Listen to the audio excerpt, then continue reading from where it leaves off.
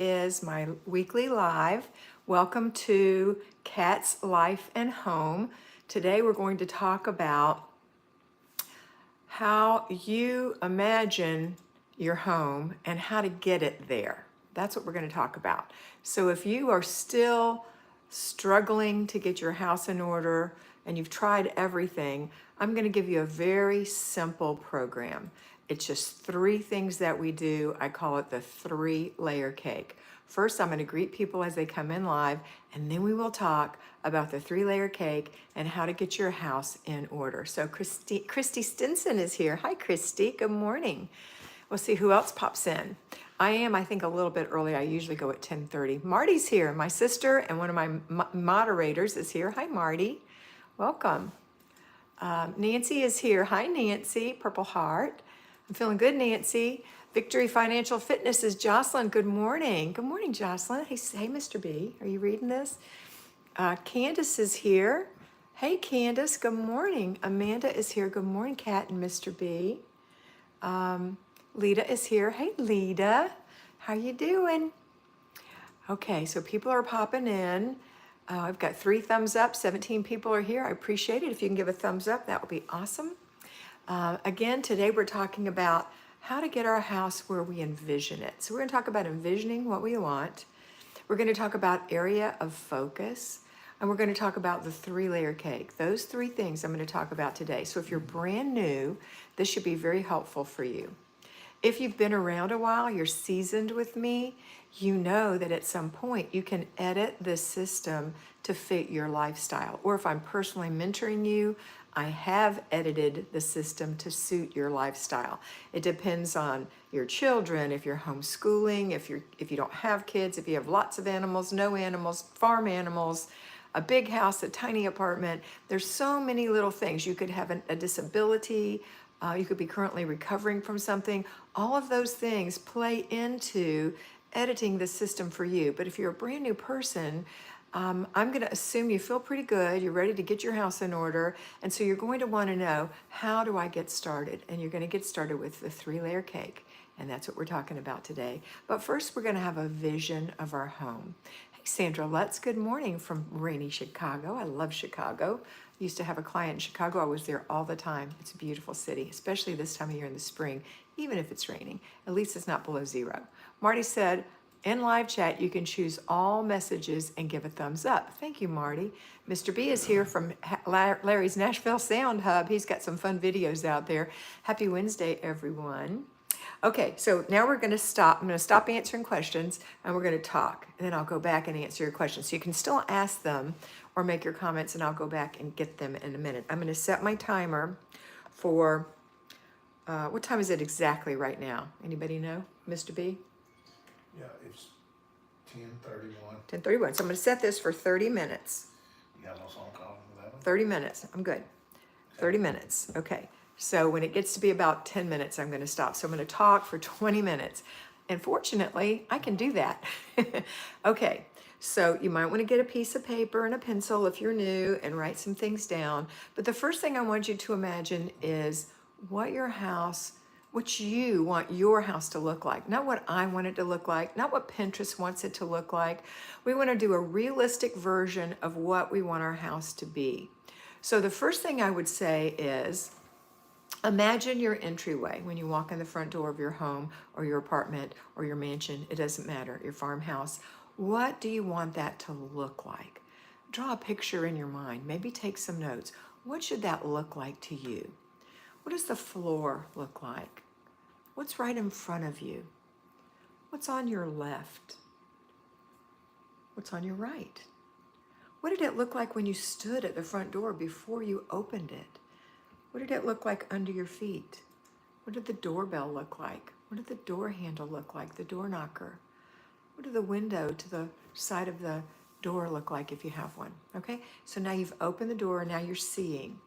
Now I want you to experience the smell of your home. What does it smell like when you walk into your home? It doesn't have to smell like candles or incense or fragrance oils, but it has to smell like something. So what does it smell like? And the thing is, you want it to smell like home, right? Smell like home. And there's nothing wrong with those things I just mentioned. You can certainly have those, but you don't want it to smell musty, moldy, dirty, doggy, catty. You don't want any of those smells. Those smells we know are offensive to you and to others. And when you stay in your house, those things you become nose blind to, whether it smells good or bad. But if you've gone on a vacation for a week, you come home, you open the front door, you want it to smell like home. Smell good and clean and fresh and so nice to be there. So that's your entryway. Now let's go into your guest bathroom, the one downstairs if you have a 2-story home, or the one in the hall if you have a 2-bedroom home with a 1 bath. Let's go into the bathroom. Picture the way you want this bathroom to look. What do you want the floor to look like? Do you want some carpeting in there, some little throw rugs? Are you older and need nothing down there because you don't want to trip? That's important. What does the corners? What do the corners of the room look like? Where the baseboards meet? How do the baseboards look? How do the walls look? How do your towels look in your mind? How does your shower curtain or your glassed enclosure, if you have one, look? Let's walk into the shower or step into the bathtub and look around. How does this look to you? Does it look scummy, mildewy, or does it look shiny and clean? It does not have to be perfect, but does it look shiny and clean? You can have old appliances and old fixtures in there that, you know, they sometimes look weird, but that's okay. If it's clean, that's what's important. Would you bathe your baby in this tub? Would you let your mother take a shower in this shower? What's the window look like? How many bottles and products are in your bath or shower? Okay, let's come out of the shower. What are you stepping on when you come out of the shower or the bath? Do you have something there? Do you put it up so it can dry between showers? Okay, now let's walk over to the toilet. How does your toilet look? Is it dusty on the bottom or gross? Or is it shiny and clean in your imagination? Is there a little lined garbage can next to it? How does the seat look? Is it clean? Lift it up. Let's look under it. Is that shiny and clean? And the rim is clean and the bowl is clean and shiny? The lid on the top looks nice. Where it's hooked to the back of the toilet, is that clean? You know, that's the places that get gross. How about the tank? Is the tank clean? The top clean? Very good. Is it in good working order? Does it get stuck and run? Or is it in good working order? Okay. Now let's look at the sink and the countertop. How do you want that to look? You have to picture it. Do you want it with nothing on it? Do you want it with a hand soap and a antibiotic pump? Do you want your toothbrushes out and your toothpaste out? Do you want anything else out, a hairbrush, whatever?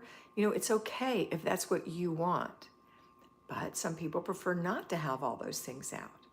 So how do you want it? What's the mirror look like? Is it clean and shiny without water spots on it?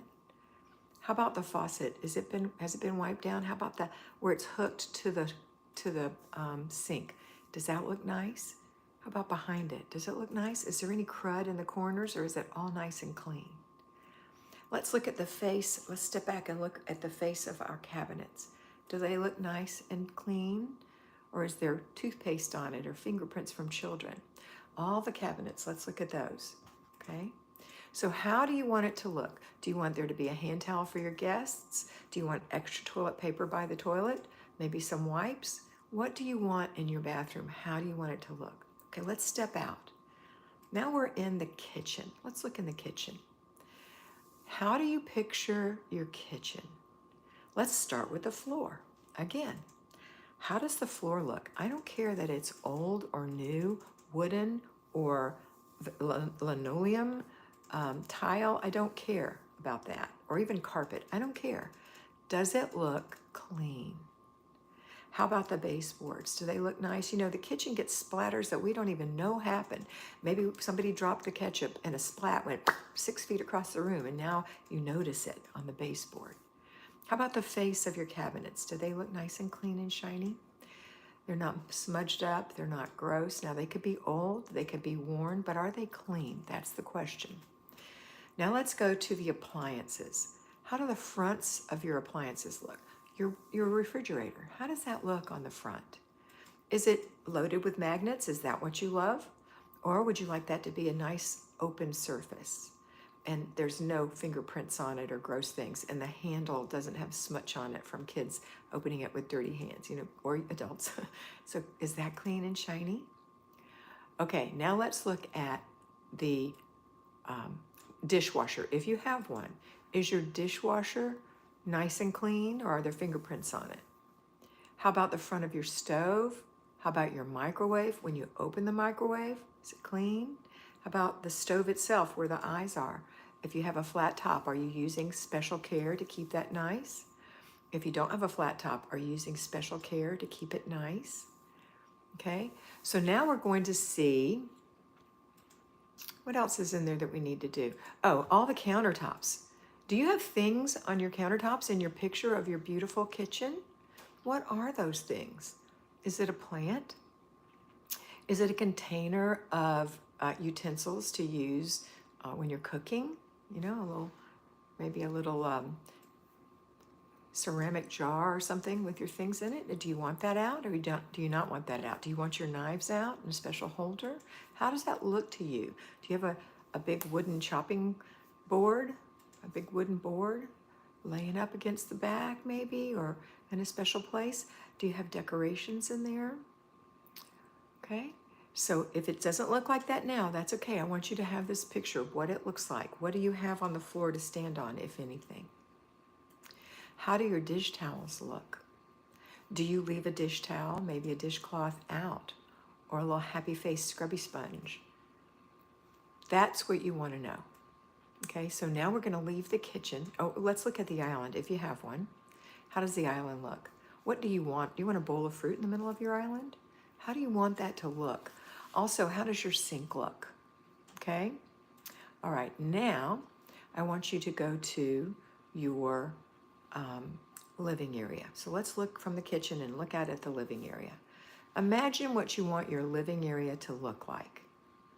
Do you want it to be warm and cozy with cuddly things, or do you like a more austere look, a more minimal look, a more mid-century look? What do you want it to look like? Do you have pictures on the wall?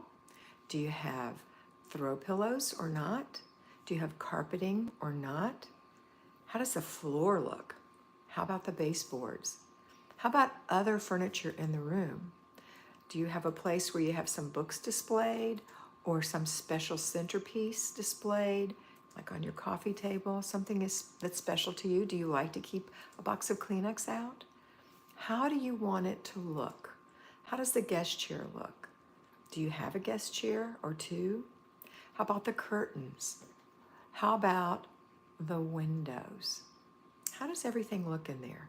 In your imagination. This is where you want your house to be. And also when you're walking through, imagine how it smells, okay?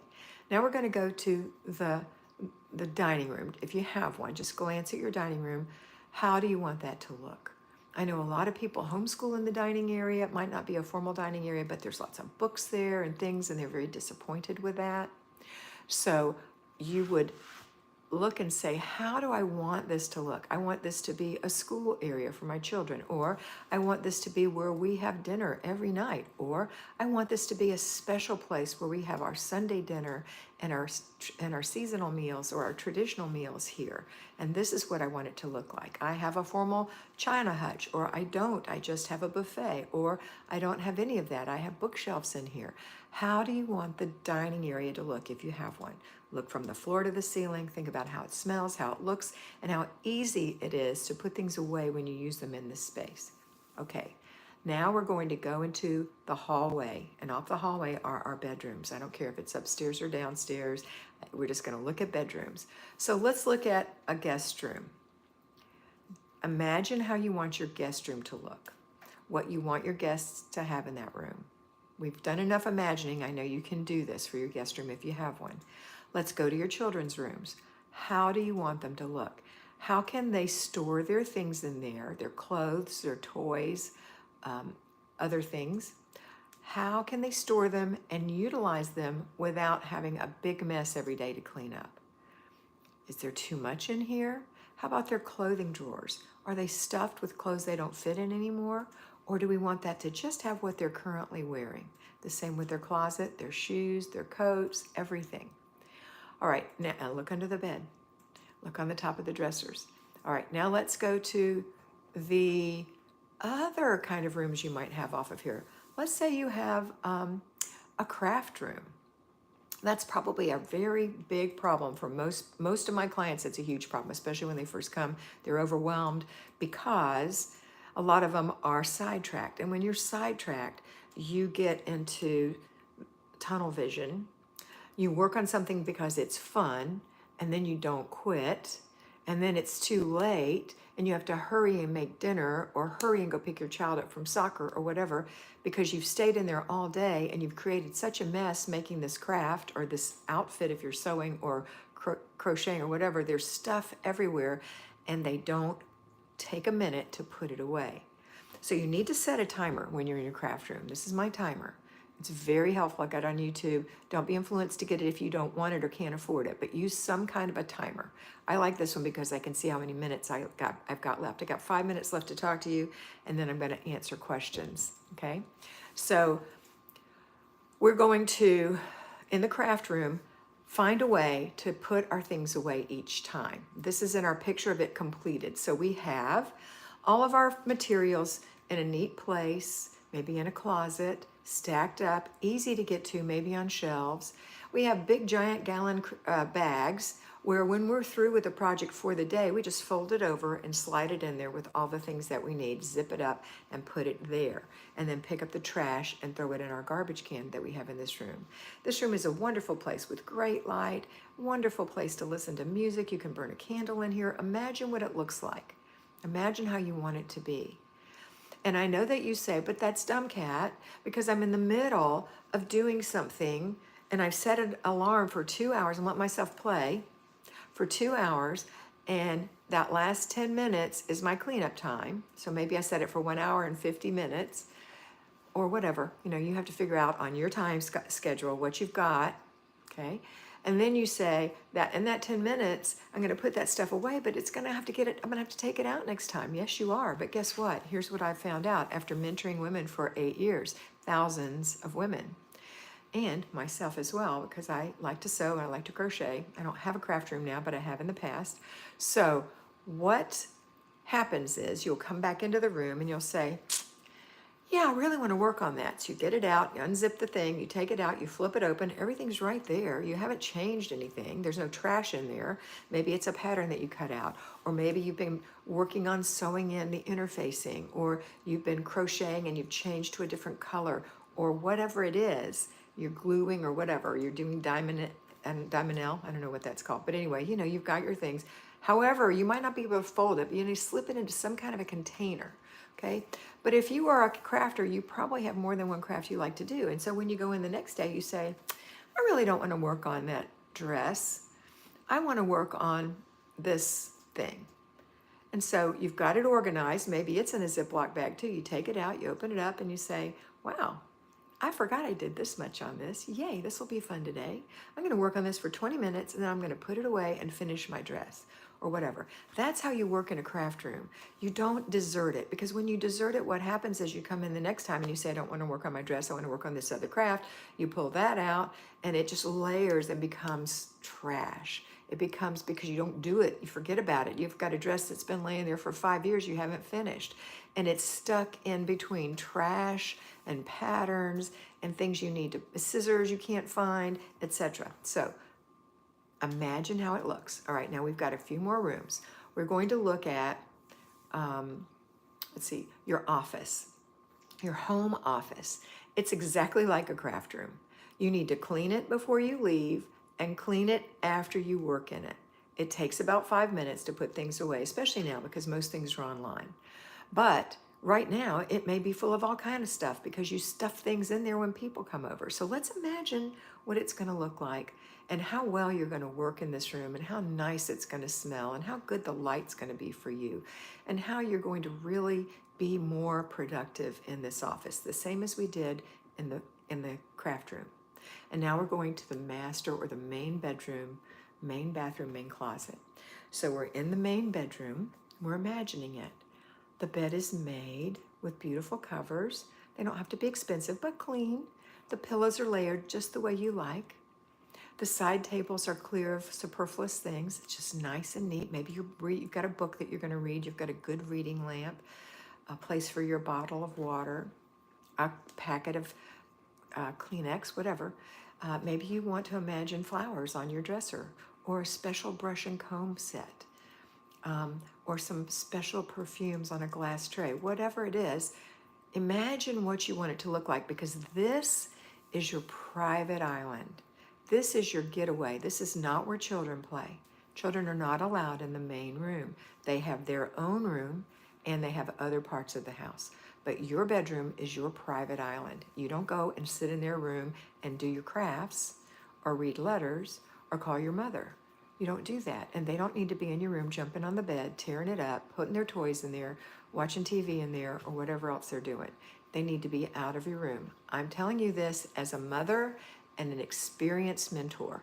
You will enjoy your room so much more when you don't trip over Legos in your bedroom. Okay, so the door stays shut until the children learn not to go in there without permission. Now, they can certainly go in there with permission, but they're not allowed to treat it as a room that they own. Okay, so your room looks the way it looks. You love the way it smells. You love the way it looks. Let's go into your closet. How do you imagine your closet? Maybe you have a tiny little closet, maybe two.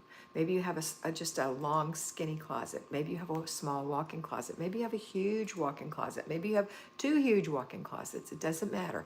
How does the closet or the closets look?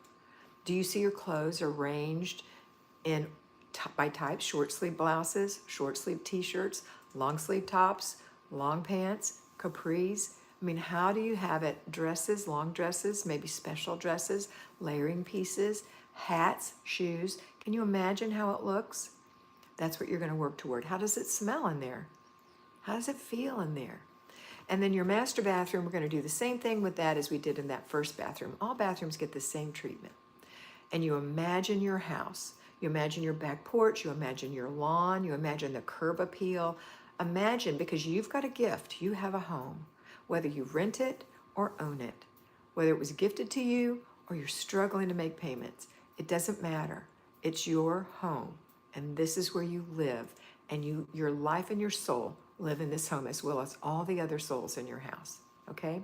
Now I'm going to take 10 minutes to answer questions, but I want to tell you real quick about the 3-layer cake, which is how you get it this way. The 3-layer cake is the sweetest, easiest, most pleasant way to get your house this way. There are 3 things that you do. The first thing that you do is rituals. Some people call those routines. I refer to them as rituals because rituals are for you. They help the family, but they are for you, so that you don't end up being a martyr saying, it's 11 o'clock and I'm still in my pajamas and haven't brushed my teeth and no one cares. Because they can't make you brush your teeth or put your clothes on or make your bed or empty the dishwasher or load the machine with clothes. They can't. They can't make you do that. You have to have discipline to have this ritual for yourself, so that you get up in the morning. You make your bed when you can. There might be someone in it, but once they're out, you make the bed. You wash your face and brush your teeth. You moisturize your skin. If you want to wear makeup, put on a little makeup. You comb your hair. You put your clothes on, which you laid out for yourself last night. It's not fancy. This is not a fancy top. I'm not wearing fancy black pants. They're just stretchy black pants and a cute little top. And I'm actually barefoot because I'm in Florida and I like being barefoot. But if I have to wear shoes, I have my white sneakers in the closet ready to go. Okay, so you lay out your clothes, including your underwear. And if it's a special occasion or you're going somewhere, your jewelry, you know what you're going to wear. You don't have to make that decision in the morning. So you get dressed.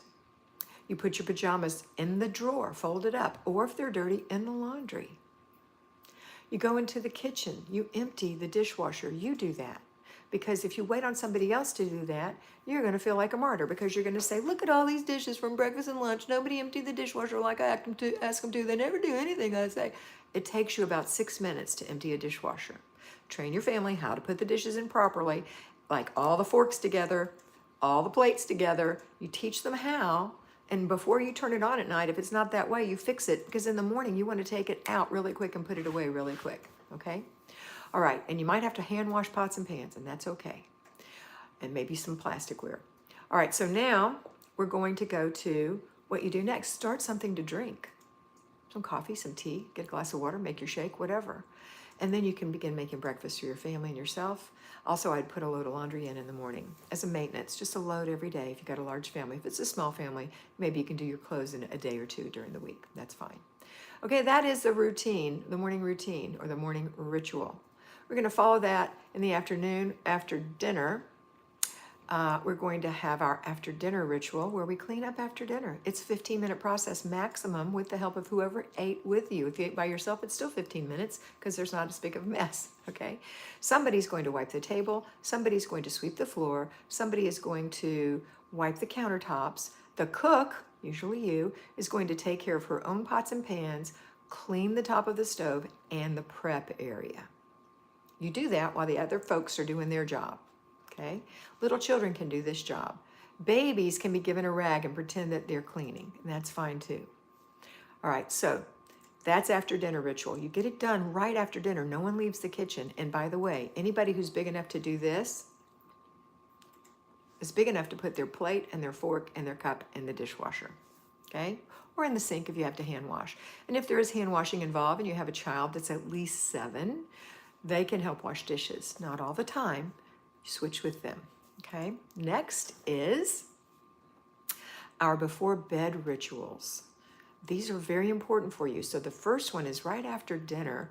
You go and you take your shower or your bath. You put on your pajamas. You take your clothes. If they're clean, hang them up. If they're dirty, put them in the laundry.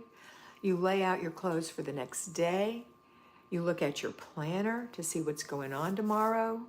You make sure you have food prepared for tomorrow. It's thawing in the refrigerator or whatever you need to do. Put the crock pot out if you're going to do a crock pot meal. Okay, so you're preparing yourself for tomorrow. And then we have before bed ritual 2, which is right before you go to bed, before you fall asleep on the couch. If you find yourself falling asleep, move this back a little bit, because this is when you put soap in the dishwasher and turn it on, so you won't be disappointed in the morning. You brush your teeth. You look around the house and do all the other little things that you do every evening. Make sure the doors are locked, the curtains are closed, or whatever. And you go get in bed on time, okay? We have one more set of rituals, and that is clutter stops, and we do them 3 times a day. Clutter stops are when you look around and you pick it up and put it away. And anybody who has left out things, they pick it up and put it away. Toys, socks, shoes, throw pillows, it doesn't matter. You look around the house, pick it up and put it away. After a while, people will learn to put it away immediately. Don't leave it.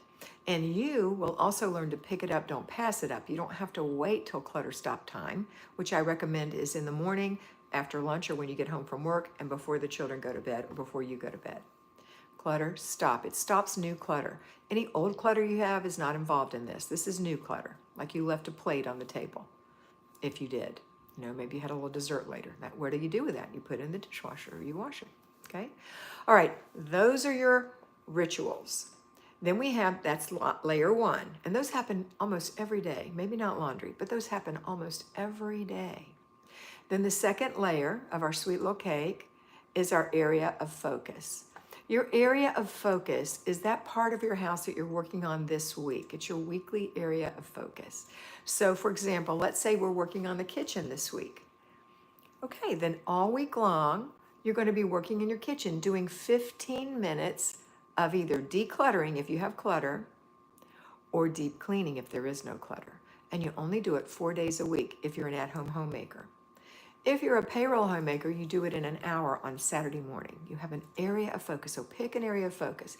Generally, I will tell you, especially if you're on my Patreon channel and you're watching my videos, I tell you every single day, 5 days a week, what to do. And I'll give you an area of focus. The area of focus that we're working on this week is the entryway. We only have 2 more days, but next week, the area of focus is the kitchen. If you are experienced, you don't have to do that area of focus. You can do any area of focus that fits your life, okay? But we want to make sure we get the whole house done all the time. We're going through the house and picking an area of focus. All right, and remember, after you declutter, you have to throw away the trash. You have to put away the things that you decided to keep, and you have to put the giveaway, the things you don't want to keep, but they're good, you're putting them in the car, ready to go when you run your errand days to Goodwill or wherever, okay? All right, and then the third thing we do is our weekly plan. It's like a weekly plan. Like, what do you do? I'm calling it something different. I've changed some of the things, the way I'm calling things. Hold on, I'll tell you what it's called. It's called your weekday habit. That's what I call that, your weekday habit. So on Mondays, your weekday habit may be to do a quick clean, which is a 1 hour quick clean of your house, 10 minutes per area, 6 things, you're done. I'll go into that in detail later, but it's a thing you do every day. So what day do you do your groceries? What day do you do your planning? And paying your bills and things? What day do you clean out your car and your purse? What day do you do your quick clean? What day do you go to church? What day do you have fun with your family? Okay, so those are your weekly habits.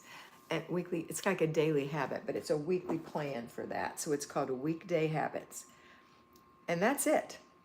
So we've got our area of focus, our weekday habits, and our rituals. Okay, now I'm going to take a few minutes to answer questions and read comments. So let's see what we've got. Unfortunately, I can go a few minutes later because my appointment after this had to cancel. She had a conflict. Amanda, good morning, Kat and Mr. B. Hi, Amanda. Lita said hi. Good morning, Kat from rainy Chicago. I read that one before. Hi, Sandra. Marty says about live chat. Tony Rose, good morning, friends. Hey, Tony. Good morning, Nicole said. Hey, everyone from GNA. A little private chat's going on. Donna said, happy April from Highland, Utah, everyone. Thank you. Trisha Medina said, I made it. Happy Wednesday, Kat. Thank you, Trisha. I'm so glad you're here. Mary Sellers said, that red top is absolutely beautiful on you. Don't forget to give a thumbs up. Thank you. Hi, Mary. And Gani Shelton Lawrence is here. Hi. Okay, no questions, comments, or concerns. I'll be happy to answer them. In the meantime, if you do want to get the little videos that I talked about, they're short videos. They're anywhere from 2 minutes to 12 minutes. Averages are about 7, I guess, maybe 5. They're on my Patreon channel. Larry just put the link up for you. It's also below. It costs $6.50 a month. You're going to get every week of that month, every Monday through Friday of that month, you're going to get a video. If you listen to me carefully, don't sign up using the Apple, using an Apple. If they want to pay $1 more. Well, I'm going to tell them, don't sign up using the Apple app. the app for On your Patreon iPhone. on your Apple iPhone, because if you do, Apple will charge you an extra 30%, and Apple gets that. Okay, there's no need for that. So if you have an Apple phone, you don't have a computer, you can just go to patreon.com/abetterlifewithkat, and you'll be on the website, and you can sign up for Patreon there, and it's $6.50. Some states have taxes. Some of you have VAT taxes if you live across the world or Canada, but you won't be paying an extra 30% on top of that. So $6.50 is a good deal. Okay, if you decide you want to be personally mentored and have this actually edited, this system taught to you personally, maybe edited for you, maybe you've been doing it a while, maybe you're brand new, you can sign up for that $6.50 video set and then go in and send me a personal note and tell me that you want to be mentored. I will contact you. I'll ask for your phone number. I'll give you mine, and I will call you, and we'll have a conversation about what works best for you. I have slots that are every other week. That's $50 a month, and it includes the $6.50 for the videos. Or I have every week, and that's $100 a month. So if you're interested, if you need help, that's where you go. All right.